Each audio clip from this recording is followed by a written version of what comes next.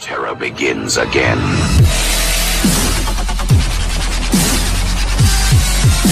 Terror begins again.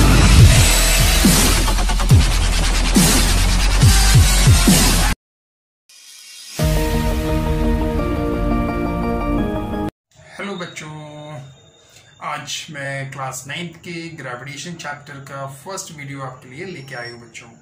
आज इस video में हम बात करेंगे ग्रेविटेशनल फोर्स क्या होता है, किसी प्लैनेट की अर्थ की ग्रेविटी क्या होती है, न्यूटन्स लॉ ऑफ ग्रेविटेशन यानी कि जिसको हम यूनिवर्सल लॉ ऑफ ग्रेविटेशन के नाम से भी जानते हैं वो क्या होता है, ठीक है। और इनके न्यूमेरिकल्स पे भी हम बात करेंगे। चलिए तो वीडियो स्टार्ट करते हैं। This is Aziz and you are watching a beautiful and cute channel मिसवाही एजुकेशन। चलिए, हमारा चैप्टर है ग्रेविटेशन।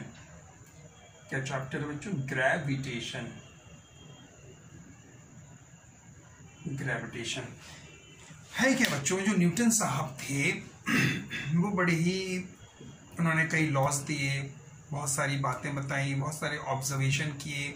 तो उन्होंने किसी बॉडी के मोशन के बारे में ऑब्जर्वेशन किया और ऑब्जर्वेशन करने के बाद कुछ रिजल्ट हमारे सामने रखे, जिन रिजल्ट्स को हम न्यूटन्स 3 लॉज ऑफ मोशन के नाम से जानते हैं, जो कि हमने अपने पहले वीडियो यानी कि force and laws of motion के जो वीडियो बनाए थे उसमें उनके बारे में चर्चा करी थी। तो न्यूटन साहब ने क्या बताया? 3 लॉज ऑफ मोशन बताए। न्यूटन साहब ने क्या बताया बच्चों? न्यूटन साहब ने क्या दिए? 3 laws of motion. 3 laws of motion. Fine, ये तीनों लॉ दिए। उसके बाद फिर उन्होंने ऑब्जर्वेशन किया किस पर? हेवनली बॉडीज पर। फिर न्यूटन साहब ने ऑब्जर्वेशन किया, ऑब्जर्वेशन किस पर ऑब्जर्वेशन किया बच्चों? ऑब्जर्वेशन किया उन्होंने हेवनली बॉडीज पर। Motion of heavenly bodies. Heavenly bodies उन्होंने इस पर ऑब्जर्वेशन स्टार्ट किया, अपना इनके मोशन को समझा, देखा, ऑब्जर्व किया। तो उन्होंने ये पाया कि कोई ना कोई ऐसा फोर्स है प्लैनेट्स में जो उन प्लैनेट्स को एक सर्कुलर पाथ में लगा दे रहा है, एक सर्कुलर पाथ में ला दे रहा है। फिर उन्होंने क्या ऑब्जर्व किया? उन्होंने ये ऑब्जर्व किया कि कोई भी बॉडी को जब हम किसी हाइट से ड्रॉप करते हैं, अर्थ के सरफेस से किसी हाइट से ड्रॉप करते हैं, तो होता क्या है, वो बॉडी अर्थ की तरफ अट्रैक्ट होती है, अर्थ की तरफ गिरती है। तो उन्होंने ये सोचा कि अगर ये अर्थ उस ऑब्जेक्ट को अपनी तरफ खींच रही है तो इसका मतलब है कि ऑब्जेक्ट भी अर्थ को अपनी तरफ उतने ही फोर्स से अट्रैक्ट कर रहा होगा, according to Newton's 3rd law of motion. उन्होंने ये कहा कि भाई अर्थ अगर किसी ऑब्जेक्ट को अपनी तरफ खींच रही है तो ऑब्जेक्ट भी उस अर्थ को अपनी तरफ खींच रहा हो उतने ही फोर्स से, according to the Newton's 3rd law of motion. तो यहां से उन्हें लीड मिला किसका? ग्रेविटेशन का। किसका लीड मिला उन्हें? ग्रेविटेशन का। यहां से उन्होंने इस चीज को बताया कि ग्रेविटेशन क्या होता है। It is the force of attraction, it is the force of attraction, force of attraction between the bodies placed anywhere in the universe, यानी कि एक ऐसा फोर्स ऑफ अट्रैक्शन है between the bodies placed anywhere in the universe, कि ऐसा force जो किन्हीं bodies के बीच में एक्सर्ट्स करता है, उन बॉडीज के बीच में रखता है, चाहे वो बॉडी किसी भी यूनिवर्स में कहीं पर भी प्लेस हो, विद विच यानी it is the force of attraction between the bodies placed anywhere in the universe with which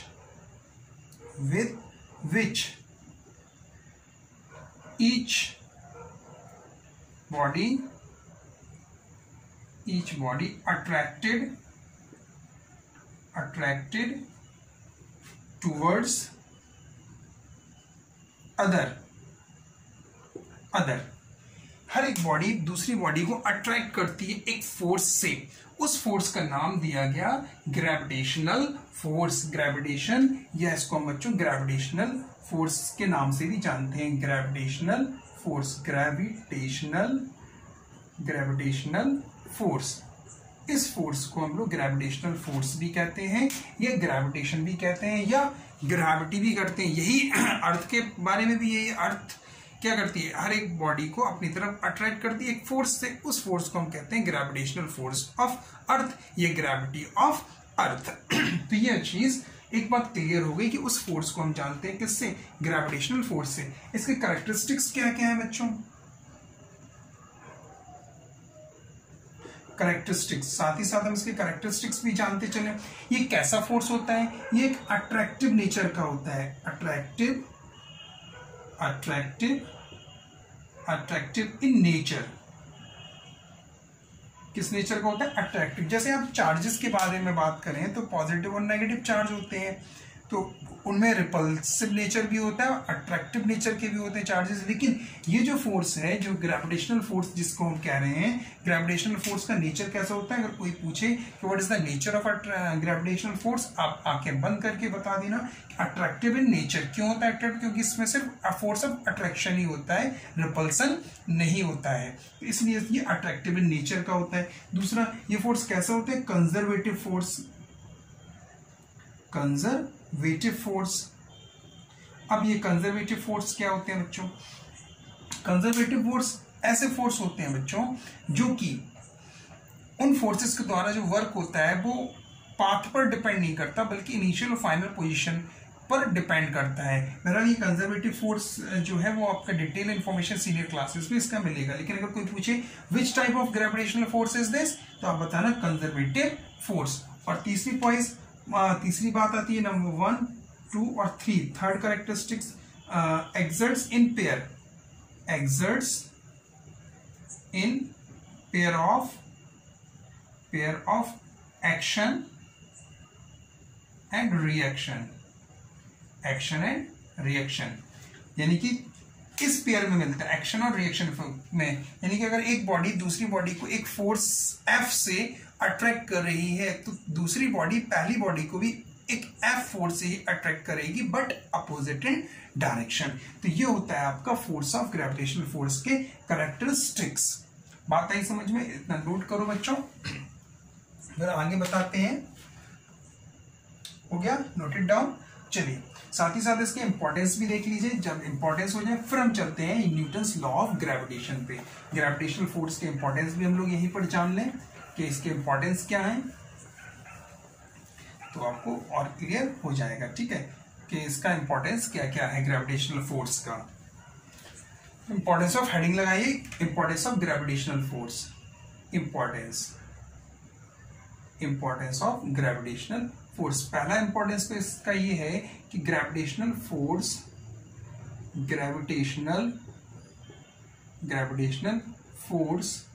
is responsible for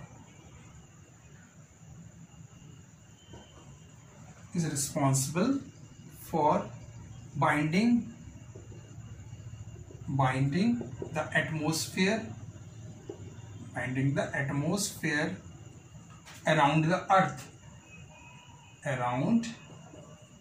earth due to gravitational force of earth, and also ये भी लिख लीजिए बच्चों, and also responsible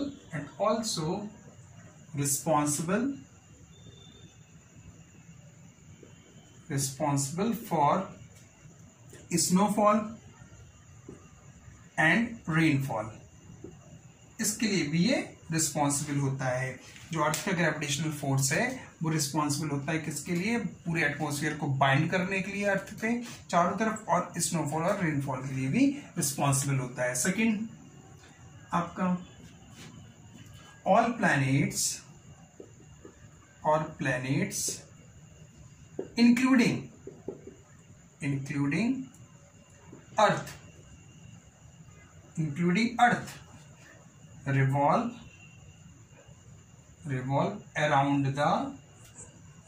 revolve around the sun। सन के चारों तरफ सारे planet revolve करते हैं ड्यू टू, किस वजह से, due to gravitational pull of the sun और प्लैनेट्स के बीच में जो फोर्स ऑफ अट्रैक्शन लग रहा है उसकी वजह से ये ग्रेविटेशन जो प्लैनेट्स हैं वो रिवॉल्व कर रहे हैं। और थोड़ा सा डिटेल्स में वो कैपलर्स लॉ में उसके बारे में बात करेंगे। ठीक है, नंबर 3, टाइड्स आर फॉर्म्ड।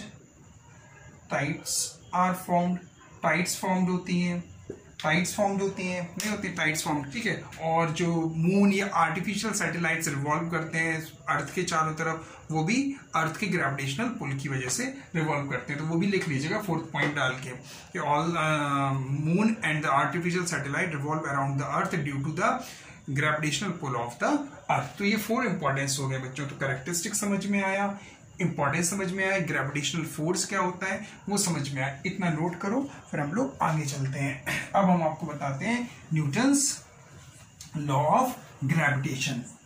अब मेन पॉइंट आता है। अभी तक तो ये थोड़ा सा इंट्रोडक्शन था कि ग्रेविटेशनल फोर्स क्या होता है, उसके कैरेक्टरिस्टिक्स क्या होते हैं, इंपॉर्टेंस क्या होते हैं। ठीक है, कैरेक्टरिस्टिक्स ध्यान रखना बच्चों, ये फोर्स अट्रैक्टिव इन नेचर होता है, कंजर्वेटिव फोर्स होता है और एक्सर्ट्स करता है एक्शन और रिएक्शन पेयर में। इंपॉर्टेंस में ये हो ही गए। ठीक है, नोट इट डाउन। चलिए अब हेडिंग डालिए, न्यूटन्स लॉ ऑफ ग्रेविटेशन, जिसको हम लोग जानते हैं यूनिवर्सल लॉ ऑफ ग्रेविटेशन के नाम से भी जानते हैं बच्चों। तो हेडिंग लगाइए जल्दी से फटाफट बच्चों। पेन कॉपी साथ में लेके बैठा करो ताकि हाल के हाल नोट्स भी बनाते जाओ। हेडिंग लिखिए, Newton's law of gravitation. Newton's law of gravitation, या इसको हम लोग किस नाम से भी जानते हैं, universal law of gravitation. Universal law of gravitation, इस नाम से भी इसको हम लोग जानते हैं। चलिए, तो क्या बताया भाई साहब न्यूटन साहब ने, हमने क्या कहता है, न्यूटन साहब ने बहुत एक्सपेरिमेंट किए। एक मतलब ये समझ लीजिए कि न्यूटन ने बहुत ज्यादा डिस्कवरी की है। तो न्यूटन साहब ने क्या बताया इस लॉ में अपने, उन्होंने ये बताया इस लॉ में कि अगर कोई 2 बॉडी है, एक बॉडी ये है और इस बॉडी का मास मान लिया m1, ठीक, दूसरी बॉडी है हमारे पास और इस बॉडी का मास हमने मान लिया m2, और ये दोनों अपने सेंटर से कितनी डिस्टेंस पर है, r डिस्टेंस पर प्लेस्ड हैं। एक बॉडी का मास m1, दूसरी बॉडी का मास m2, और ये अपने सेंटर से कितनी डिस्टेंस पर प्लेस्ड है, r डिस्टेंस पर प्लेस्ड है। तो जी इनके बीच में जो फोर्स ऑफ अट्रैक्शन लग रहा है उसके बारे में न्यूटन ने बताया कि the force of attraction between 2 bodies is directly proportional to product of their masses m1 into m2। पहली इक्वेशन, पहली कंडीशन उन्होंने बताई कि the force of attraction between 2 bodies is directly proportional to the product of their masses. जो उनके मास है उनके products के डायरेक्टली प्रोपोर्शनल। दूसरी कंडीशन उन्होंने क्या बताई, न्यूटन साहब ने दूसरी कंडीशन बताई कि force of attraction between 2 bodies is inversely proportional to the square of the distance between their centres, r square. ये इक्वेशन नंबर 2, ये चीज कंडीशन न्यूटन साहब ने अपने लॉ में बताई। क्या बताई कि the force of attraction between 2 bodies is directly proportional to the product of their masses and inversely proportional to the square of the distance between their centres. समझ में आ गया। चलिए, इन दोनों इक्वेशन को अगर हम कंबाइन करेंगे तो हमारे पास एक रिजल्ट सामने आएगा from equation first and second. क्या रिजल्ट सामने आता है बच्चों, आइए देखते हैं। दोनों को कंबाइन किया तो हमारे सामने एक रिजल्ट आ गया m1 m2 upon r square. ये रिजल्ट सामने आ गया। अब हमें मालूम है कि जब हम प्रोपोर्शनैलिटी सिंबल हटाते हैं तो एक प्रोपोर्शनैलिटी कांस्टेंट लेते हैं। तो यहां पर न्यूटन साहब ने जो प्रोपोर्शनैलिटी कांस्टेंट लिया वो लिया g, m1 m2 upon r square. ये एक रिजल्ट हमारे सामने आ गया।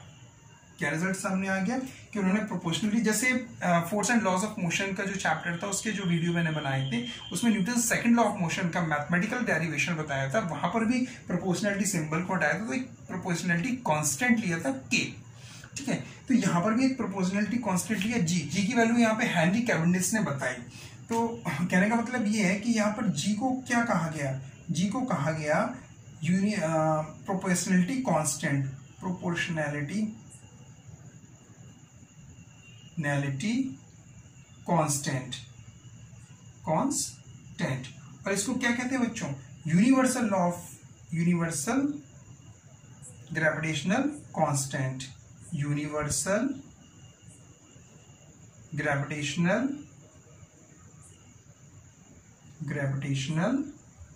Constant, universal gravitational constant. इस जी को बच्चों क्या कहते हैं? Universal gravitational constant. बताते हैं भी आपको कि इसको यूनिवर्सल ग्रेविटेशनल कांस्टेंट क्यों कहते हैं, वो भी बताते हैं। ठीक है, पहले हम लोग इसके बात कर लें कि यूनिट क्या होती है इसकी जी की। ठीक है, यहां से अगर हम इसको ऑब्टेन करें जी को, तो जी की वैल्यू आएगी हमारे पास F R square upon m1 m2। ठीक है, तो इसकी यूनिट की बात अगर हम करें तो इसका यूनिट जो आएगा बच्चों जी का, वो कितना आएगा? फोर्स का यूनिट क्या होता है? न्यूटन। और आर क्या है? डिस्टेंस, और डिस्टेंस का यूनिट किस में होता है? ऐसा यूनिट मीटर, और ये मीटर का स्क्वायर करेंगे तो मीटर स्क्वायर हो जाएगा, तो न्यूटन मीटर स्क्वायर पर। अब अपॉन केजी इंटू केजी, तो क्या आ जाएगा? KG square. तो बच्चों ये आ जाएगा इसका क्या? यूनिट।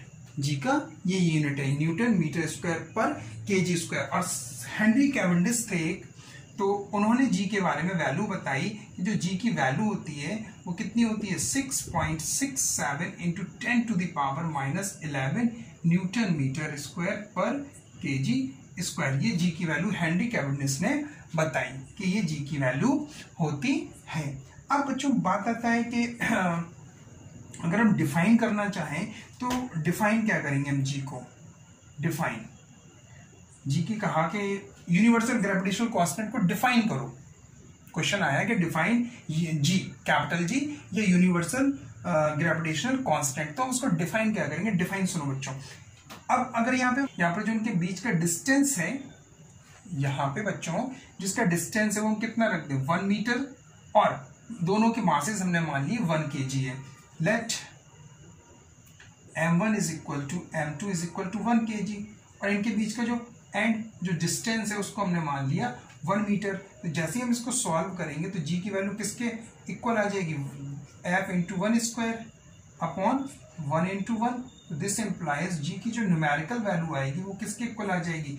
फोर्स ऑफ अट्रैक्शन के इक्वल। यानी कि इसका डेफिनेशन ये हुआ कि gravitational constant, universal gravitational constant is numerically equal to the force of attraction if the masses of the bodies is unit kg and the separation of between them is unit meter। ये इसका definition बन जाएगा बच्चों। ठीक है, तो ये याद रखना कि यहां से ये आया, उसके बाद हमने जी को इस तरह से रिप्रेजेंट किया। जैसे ही रिप्रेजेंट कर लिया तो यूनिट भी बन गया हमारे पास, उसका डेफिनेशन भी बन गया कि universal constant, universal gravitational constant is numerically equal to the force of attraction if the masses of the bodies is 1 kg या unit kg and the separation distance between them is unit meter। ये होगी definition आपकी जी की। अब हम बता रहे थे आपको कि इसको यूनिवर्सल ग्रेविटेशनल कांस्टेंट क्यों कहते हैं। नोट किया? नोट रफ तो कर ही दिया हमने। नोट किया? जल्दी नोट करिए, नोट डाउन। चलिए अब हम बात करते हैं कि जी को, कैपिटल जी को यूनिवर्सल ग्रेविटेशनल कांस्टेंट क्यों कहते हैं। ठीक है, ये why G is called universal gravitational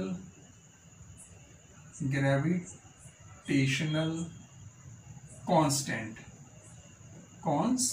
क्यों कहते हैं कांस्टेंट। ठीक है, तो इसका आंसर सुनिए। क्वेश्चन हो गया हमारा, इसका आंसर सुनिए बच्चों। ये इसको इसलिए कहते हैं बच्चों कांस्टेंट क्योंकि it does not depend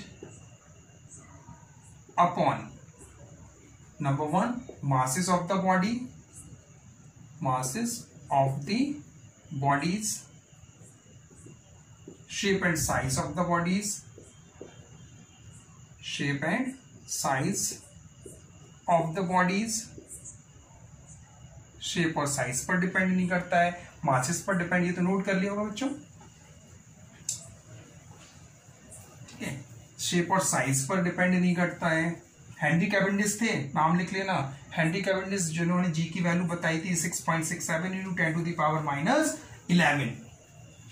shape और साइज पर डिपेंड नहीं करता है। Number 3, separation between them, separation या डिस्टेंस, सेपरेशन या डिस्टेंस बिटवीन देम, उनके बीच का सेपरेशन का जो डिस्टेंस उस पर भी डिपेंड नहीं करता है, ठीक है। Number 4, nature of medium, nature of medium पर भी डिपेंड नहीं करता कि वो किस मीडियम में, नेचर ऑफ मीडियम मतलब किस मीडियम में वो एक दूसरे से सेपरेट किए गए हैं, कि यूनिवर्स में कहीं पर भी रखे हों उससे फर्क नहीं पड़ता है। तो नेचर ऑफ मीडियम पे भी डिपेंड नहीं करता है, इन चीजों पर ये डिपेंड नहीं करता है, इसलिए ये universal law of gravitational, universal gravitational constant कहलाता है। क्यों? क्योंकि मासेस पर डिपेंड नहीं करता, उनके बीच के डिस्टेंस पर डिपेंड नहीं करता, शेप साइज पर डिपेंड नहीं करता, और नेचर ऑफ मीडियम पर भी डिपेंड नहीं करता। Separating the body, nature of medium separating the bodies लिखना चाहो तो सेपरेटिंग द बॉडीज लिख लो, सेपरेटिंग द बॉडीज, कि मीडियम का नेचर कैसा है जो उनको सेपरेट कर रहा है, उन बॉडीज को, उस पर भी डिपेंड नहीं करता। That's why the G is called the universal gravitational constant. Note करो। तो कुछ बातें और हैं जो 2-4 बातें और करनी है हमें आपसे, वो भी करते हैं। डन, चलिए। अच्छा, एक दिमाग में आपके क्वेश्चन जो मैंने स्टार्टिंग में बताया था कि न्यूटन साहब ने ये ऑब्जर्व किया कि एक बॉडी को हम h हाइट से ड्रॉप कर रहे हैं, किससे ड्रॉप कर रहे हैं? h हाइट से ड्रॉप कर रहे हैं। तो अगर वो बॉडी अर्थ उस बॉडी पर एक फोर्स एक्सर्ट कर रहा है, जिस फोर्स को हम ग्रेविटेशनल फोर्स कह रहे हैं, अर्थ की ग्रेविटी कह रहे हैं, तो क्या वो बॉडी भी अर्थ को उतनी ही फोर्स से अट्रैक्ट कर रहा? फॉर एग्जाम्पल, मैं आपको समझाने के एग्जाम्पल के थ्रू समझाने की कोशिश कर रहा हूं बच्चों। देखिए ध्यान से, ये बॉडी, ये अर्थ है हमारा, ठीक है। ये एक बॉडी है, मान लिया हमने कि ये एक बॉडी है, ठीक है। ये बॉडी, इस बॉडी का मास हमारा m है और इस अर्थ का मास me मान लिया हमने, ठीक है। अर्थ का मास me मान लिया कि अर्थ का मास हो गया me। ये इसका सेंटर, ये इसके सेंटर का रेडियस re, और ये आ गया आपका ये सेपरेशन, ठीक है। अब अगर ये इस पर एक फोर्स एक्सर्ट कर रहा है तो ये भी इस पर एक फोर्स एक्सर्ट करेगा। भाई अर्थ जैसे हम ड्रॉप कर रहे हैं इसको, तो ये ऑब्जेक्ट नीचे की तरफ आ जाएगा, अर्थ के सरफेस पर आ जाएगा टुवर्ड्स इट्स सेंटर। ये तो मैं अभी बताया हमने, ग्रेविटी क्या होता है अर्थ की, एक ऐसा फोर्स ऑफ अट्रैक्शन जिस फोर्स से वो हर एक ऑब्जेक्ट को अपनी तरफ अट्रैक्ट करती है, उस फोर्स ऑफ अट्रैक्शन को हम कहते हैं अर्थ की ग्रेविटी या ग्रेविटेशनल फोर्स ऑफ अर्थ। तो यहाँ पे बात ये आ रही है कि या इसको हेडिंग लगा लीजिए, हेडिंग में ही लिख लीजिए gravitation and Newton's gravitation and Newton's third law of motion, Newton's third law क्या है? ग्रेविटेशनल मालूम चल गया आपको। न्यूटन का थर्ड लॉ क्या कहता है? न्यूटन का थर्ड लॉ ये कहता है कि अगर एक बॉडी दूसरी बॉडी पर कोई फोर्स एक्सर्ट कर रहा तो पहली बॉडी दूसरी बॉडी पे भी फोर्स अट्रैक्ट करेगी। यही तो every action there is an equal and opposite reaction, यही है न्यूटन का थर्ड लॉ। तो उसके अकॉर्डिंग ये बॉडी भी इस पर एक फोर्स एक्सर्ट कर रही होगी। तो अगर ये बॉडी नीचे आ रही है तो अर्थ ऊपर क्यों नहीं जा रहा? Why the earth not rising up? Earth को भी राइजिंग अप होना चाहिए अगर इक्वल फोर्सेस लग रहे हैं, ठीक है। तो बात समझ में ये आई न्यूटन सेकेंड लॉ से कि F is equal to ma। Newton second law से ये बात समझ में आ गई कि हम इसमें क्या समझाने की कोशिश करें? इसमें ये समझाने की कोशिश कर रहे हैं बच्चों कि अगर ऑब्जेक्ट अर्थ की तरफ आ रहा है F फोर्स से, यानी अर्थ ऑब्जेक्ट को F फोर्स से खींच रही है, अपनी तरफ अट्रैक्ट कर रही है, तो क्या ऑब्जेक्ट भी अर्थ को अपनी तरफ F फोर्स से अट्रैक्ट कर रहा है according to the third law, Newton third law. तो why the earth is not rising up, उसका हम सॉल्यूशन यहाँ पे आंसर आपको दे रहे हैं। ध्यान से समझना बच्चों, जो एक्सलरेशन होगा वो एक्सलेशन की वैल्यू कितनी आएगी? F/m होगा कि नहीं? एक्सलेशन की वैल्यू आएगी F/m, m को शिफ्ट कर दिया तो यहां पे बच्चों एफ क्या है, एफ है कोई कांस्टेंट, कांस्टेंट हुआ कांस्टेंट कि नहीं, बिल्कुल कांस्टेंट है, क्योंकि फोर्स इस पे जितना फोर्स ये अर्थ लगा रही है इस बॉडी को अपनी तरफ खींचने के लिए, उतना ही फोर्स ये बॉडी भी लगा रही है अर्थ को अपनी तरफ, तो फोर्स क्या हो गया, कांस्टेंट। बट अगर फोर्स कांस्टेंट हुआ तो ये हमारे पास ये इक्वेशन बनी क्या नहीं है, यानी कि जो एक्सेलरेशन है वो इनवर्सली प्रोपोर्शनल किस पे हो गया, मास पर, इनवर्सली प्रोपोर्शनल, यानी कि जिस बॉडी का मास कम उस बॉडी में एक्सेलरेशन ज्यादा, और जिस बॉडी का मास ज्यादा उस बॉडी में एक्सेलरेशन प्रोड्यूस कम। यही होता है इनवर्सली प्रोपोर्शनल, मैथमेटिक्स में भी पढ़ा होगा इनवर्स के बारे में। तो यहां पर भी वही है कि इनवर्सली प्रोपोर्शनल है, यानी एक बॉडी अगर इंक्रीज है तो दूसरी बॉडी डिक्रीज हो रही होगी, एक बॉडी की डिक्रीज है तो दूसरी, तो यहां पर ये चीज समझ में आ गई हमें कि इस बॉडी का मास कम है तो इस बॉडी में एक्सेलरेशन ज्यादा प्रोड्यूस होगा।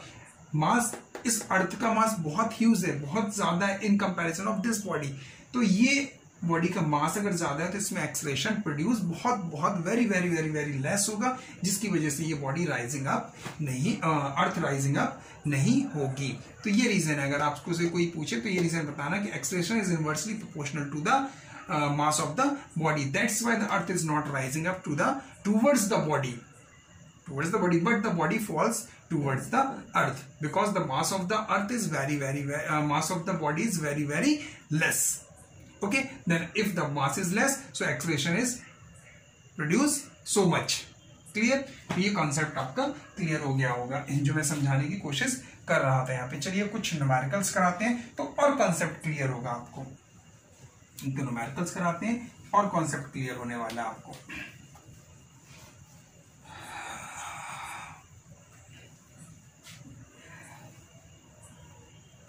चलिए क्वेश्चन लिखिए, question number 1, first question. Okay, चलिए, force, find the force of gravitation between your friend, find the force of attraction between, find the force of attraction between your friend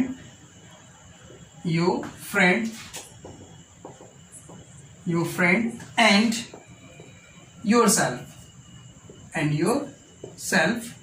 yourself if the separation is 1 meter, if the separation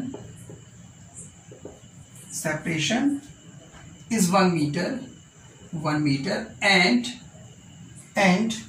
both of you 100 kg each, and both of you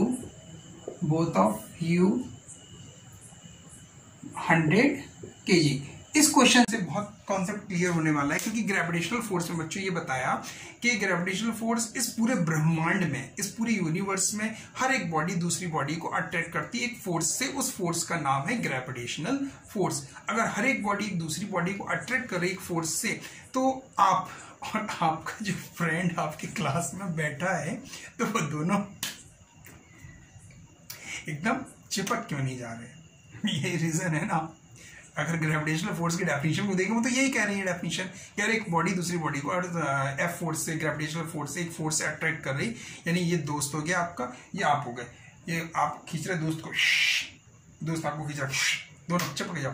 तो आखिर क्या reason है, चलिए आइए समझते हैं इस question को, कॉन्सेप्ट क्लियर होगा। सॉल्यूशन देखो बच्चों, चलिए फोर्स क्या होता है, जी m1 m2 upon r square, यही है, सेपरेशन हो गया उनके बीच का डिस्टेंस। चलिए वैल्यू देखते हैं, जी का value 6.67 into 10 to the power -11 fix है, याद कर लो बच्चों इसकी वैल्यू कि 6.67 इंटू 10 टू द पावर -11 किसने दिया था, जागो, किसने दिया था, हेनरी कैवेंडिश ने, into 100 kg into 100 kg upon separation कितना है 1 metre 1 square, F is equal to 6.67 into 10 to the power -11, ये कितना हो जाएगा 10 टू द पावर 4 अपॉन 1, यानी f की जो वैल्यू आएगी 6.67 into 10 to the power -7।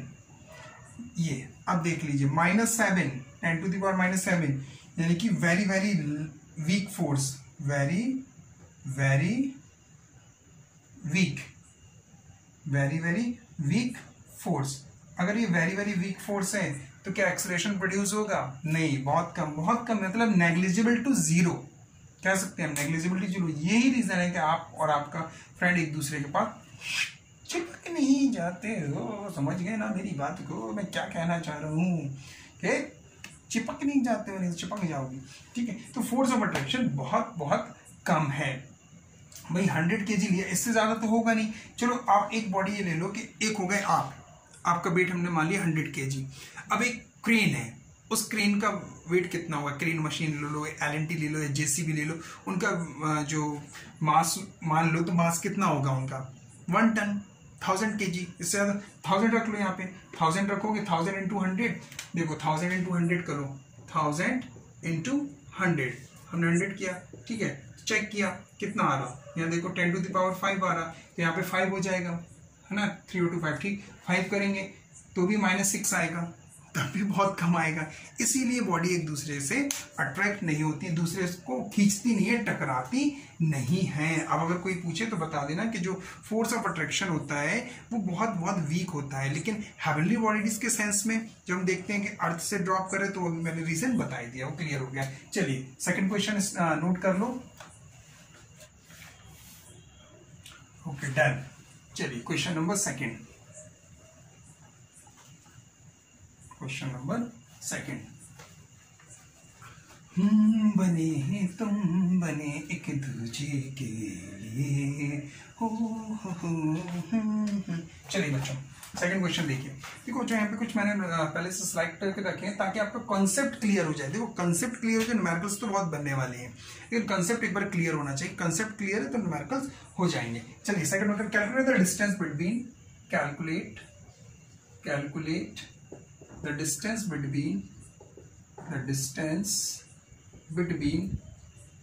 between two bodies of masses, two bodies of masses कितना दिया गया? 10 kg 100 kg, 10 kg and 100 kg। बहुत बढ़िया। So that the gravitational force between them,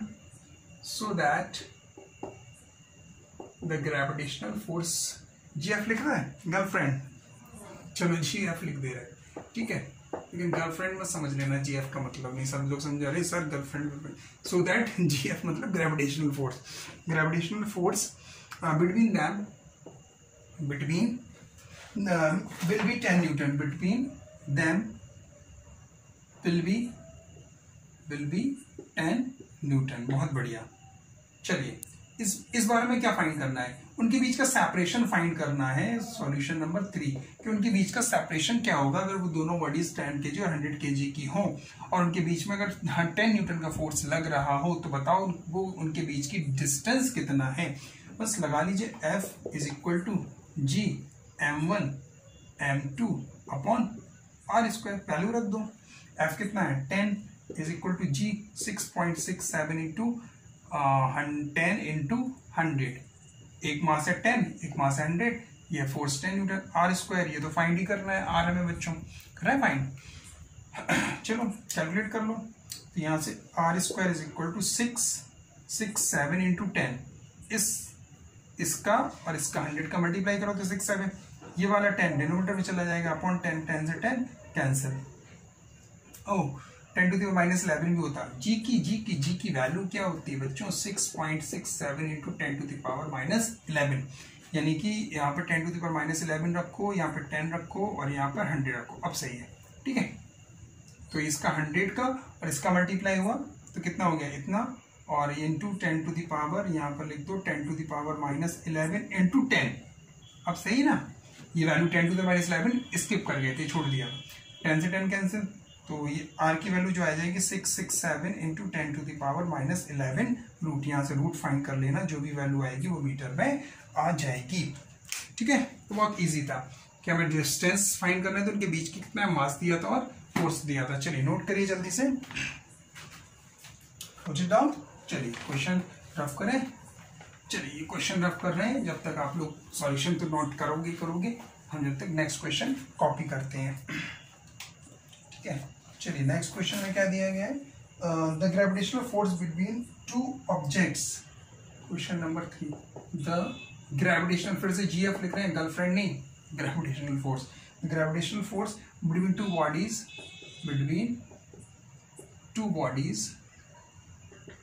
between two bodies is F. How will this force change? How will this force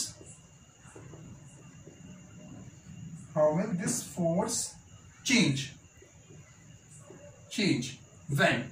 condition दे दी उन्होंने, when. Number first condition क्या है कि distance between them reduces to half, distance between them reduces to half, ठीक है। और second क्या दिया, सेकंड कंडीशन उन्होंने दी, सेकंड कंडीशन क्या दे दी, सेकंड कंडीशन ये दे दी कि the mass of each object is 4 times the mass of, अच्छा क्वेश्चन है बच्चों, समझो, the mass of each body become 4 times, अब समझो, अच्छा क्वेश्चन है। देखो इस क्वेश्चन में ये कह रहे हैं बच्चों कि हमें ये बताओ कि अगर दो बॉडीज के बीच में फोर्स ऑफ अट्रैक्शन F लग रहा है, फोर्स ऑफ अट्रैक्शन कितना लग रहा है F, तो वो किस तरह से चेंज होगा अगर हम उनके मासेस डिस्टेंस क्या करते हैं, उनके बीच का डिस्टेंस आधी करते हैं, हाफ कर दें, फिर सेकंड केस में उनके मास जो है हर एक बॉडी का 4 टाइम्स कर दें, तो बताओ कि कैसा कैसा चेंजेस होगा। चलिए सॉल्यूशन देखिए। वी नो दैट, अभी हम पढ़कर आए, क्या पढ़कर आए कि F is equal to G m1 m2 upon r²। Case 1, पहले केस 1 देख लें। केस 1 में क्या कह रहा है, मास तो चेंज नहीं कर रहा, मास वही रह रहा, लेकिन डिस्टेंस हाफ कर रहा है, यानी कि r की जगह हम क्या ले रहे हैं, r/2 आधी कर रहा है। तो जो नया फोर्स ऑफ अट्रैक्शन होगा F डैश हमने मान लिया, क्या मान लिया, F डैश बच्चों, that is equal to G, mass तो चेंज नहीं हुआ, m1 m2 रहने दे, दोनों बॉडी का डिस्टेंस चेंज हो गई, दैट इज r/2, ये कर दिया, हाफ हो गई, ये तो क्या रिड्यूसेस टू हाफ, हाफ का मतलब आधा, यानी कि 10 है तो 10 की आधी 5, 20 है तो 20 की आधी 10, डिवाइडेड बाई 2, r है तो r की आधी r/2। F डैश कितना आ जाएगा, F डैश ये आ जाएगा G m1 m2 upon r/4, r²/4, यही होगा। अब 4 कहाँ चला जाएगा, ऊपर शिफ्ट हो जाएगा, इसको यहाँ सॉल्व कर लें। चलिए F डैश कितना आ जाएगा, F डैश की वैल्यू आ जाएगी 4 into G m1 m2 upon r², इतनी आएगा, देख लो 4 ऊपर जाएगा। अब ये वैल्यू पूरी किसके इक्वल है, F के इक्वल है, तो F dash is equal to 4 और इसको हम लिख देंगे F, यानी जो नया फोर्स है वो कितना हो जाएगा, 4 टाइम्स ऑफ ओल्ड वन, पिछले वाले से, प्रीवियस वाले से 4 टाइम्स बढ़ जाएगा। समझ में आएगा, अगर हम डिस्टेंस हाफ करेंगे तो फोर्स कितना बढ़ जाएगा, 4 टाइम्स। अब मासेस के बारे में भी चीज चेक करते हैं, नोट करो, ये नोट किया, चलिए रफ करें, बहुत बढ़िया।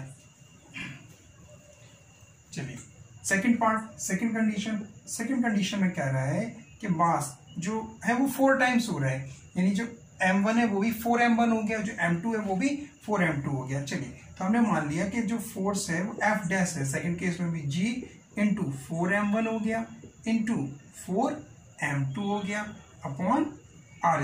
इस बार डिस्टेंस चेंज नहीं की, बल्कि क्या चेंज किया, मासेस चेंज किए। तो जो F डैश है 4 इंटू 4 16 इंटू इस पूरे को यहाँ पे लिख देंगे G m1 m2 upon r², और ये पूरा टर्म्स कितना हो जाएगा, F के इक्वल, यानी जो F डैश है वो 16F। अब जो है वो कितना हो जाएगा, 16 टाइम्स ऑफ प्रीवियस 1। समझ में आया, नोट करो। अच्छा क्वेश्चन था, सीधा सा बोल रहा था कि पहले अगर डिस्टेंस हम हाफ कर दें तो बताओ फोर्स कितना हो रहा है, फोर्स ऑफ अट्रैक्शन, फिर मासेस अगर हम 4 टाइम्स कर दें, इसी तरह कुछ भी आ सकता है, डिस्टेंस को डबल कर दें, मासेस को हाफ कर दें, कुछ भी दे सकते हैं, एक मास चेंज करें, तो उस हिसाब से आप यहाँ पे वैल्यू चेंज करके और कंपैरिजन कर सकते हो। ये एक अच्छा क्वेश्चन था, कॉन्सेप्ट क्लियर हुआ इससे। डन, चलिए नेक्स्ट क्वेश्चन।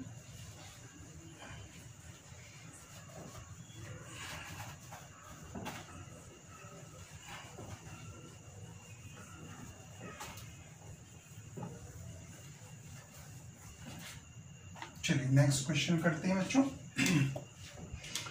ये कह रहा है इस क्वेश्चन में कि two bodies A and B, two bodies A and B, question number 4, जो भी क्वेश्चन है नंबर देख लेना, ठीक है। Two bodies A and B, बहुत अच्छा क्वेश्चन है ये भी बच्चों। Two bodies A and B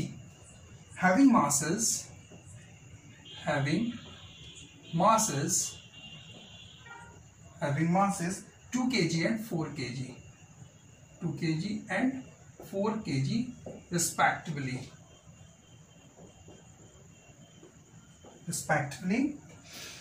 are separated by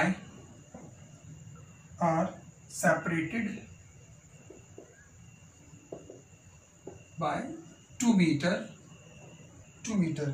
Where should a body of mass, अब क्वेश्चन में ट्विस्ट आ रहा है, where should a body of mass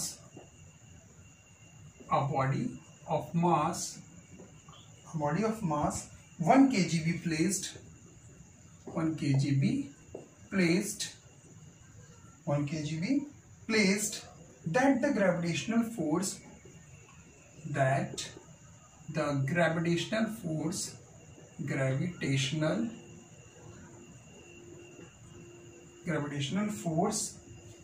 on this body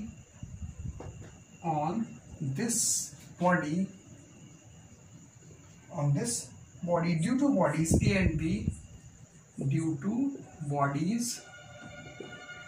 A and B is 0, A and B is 0।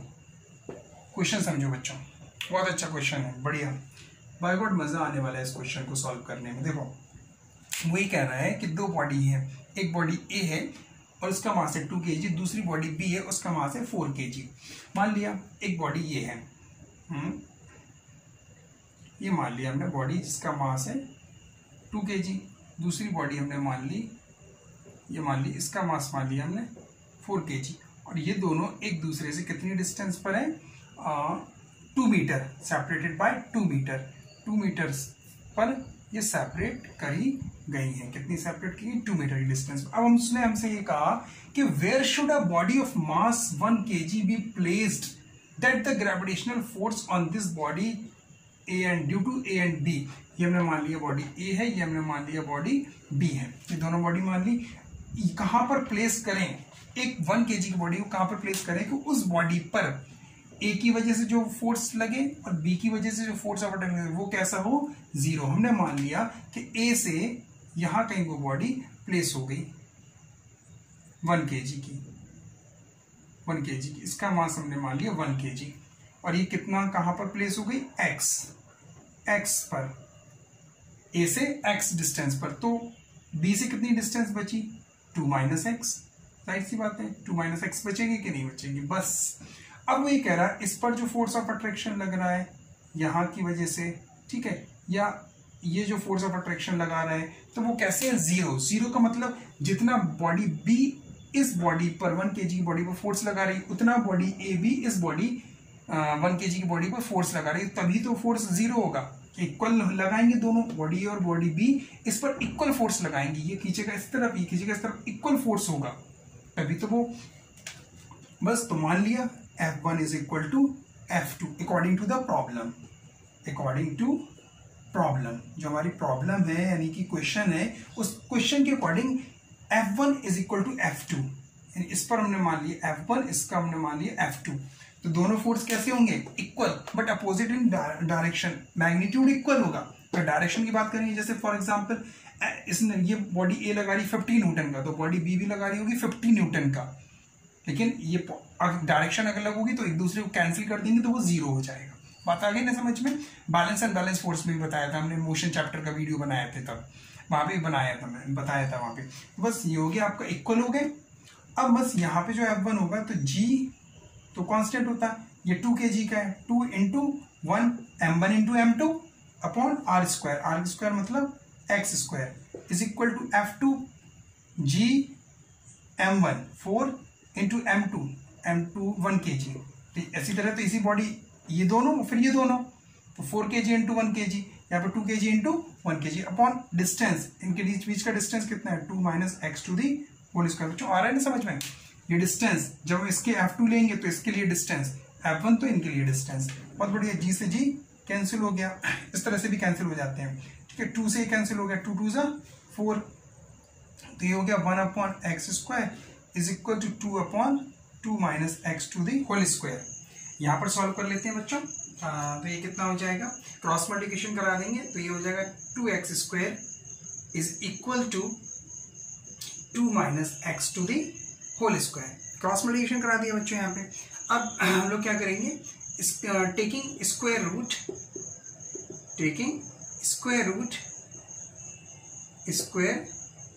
Root both side, दोनों तरफ square root ले लेंगे। जैसे ही हम स्क्वायर रूट लेंगे तो ये हो जाएगा √2x, ये स्क्वायर है तो रूट हट जाएगा, ये इस तरह से आ जाएगा। ये कितना हो जाएगा 2 माइनस एक्स, हो गया इतना 2 माइनस एक्स, स्क्वायर है जैसे रूट निकालेंगे तो 2 माइनस एक्स बचेगा। तो ये x को ट्रांसफर कर दो तो ये हो जाएगा प्लस में, plus x is equal to 2, तो यहाँ से x कॉमन ले लिया तो कितना बचा √2 प्लस 1 इज इक्वल टू 2 बचा बच्चों। यहाँ पे थोड़ा और सॉल्व कर लीजिए, √2 की वैल्यू रख दीजिए, √2 की वैल्यू होती है 1.414 प्लस 1। देखो बच्चों आप लोगों को √2 √3 की वैल्यू थोड़ा सा लर्न करना पड़ेगी कितनी होती है, वैसे निकाल भी सकते हैं लेकिन याद करो तो ज्यादा बेनिफिट होगा। √2 की वैल्यू होती है 1.414 दैट इज इक्वल टू 2। थोड़ा सा और सॉल्व कर लें तो ये कितना हो जाएगा, x की वैल्यू जो आएगी वो आएगी 2 अपॉन 2.414, पॉइंट हटा दीजिए तो ये आएगा 2000 अपॉन 2414। अब आप इसको डिवाइड करोगे तो यहाँ से x की वैल्यू आ जाएगी 0.83 समथिंग आ जाएगी, ठीक है, इतना लगभग आ जाएगा। ये आ गई x की डिस्टेंस, x का मतलब यहां से डिस्टेंस आ गई कि a से, ये वाला जो बॉडी है 1 kg वाली बॉडी है, वो बॉडी a से कितनी डिस्टेंस पर है, a डिस्टेंस पर। तो यहां पर लिख दीजिए डिस्टेंस फ्रॉम a से कितना डिस्टेंस है बॉडी का 0.83 metre. Distance from b, distance अगर b से पूछा है तो b से बता देंगे। Distance from b 2 minus x, तो 2 माइनस 0.83 कितना आ जाएगा, ये आ जाएगा 1.17 मीटर, लगभग इतना आ जाएगा बच्चों। कितना आ जाएगा 1.17 मीटर, ठीक है, और ये आ जाएगा 0.83।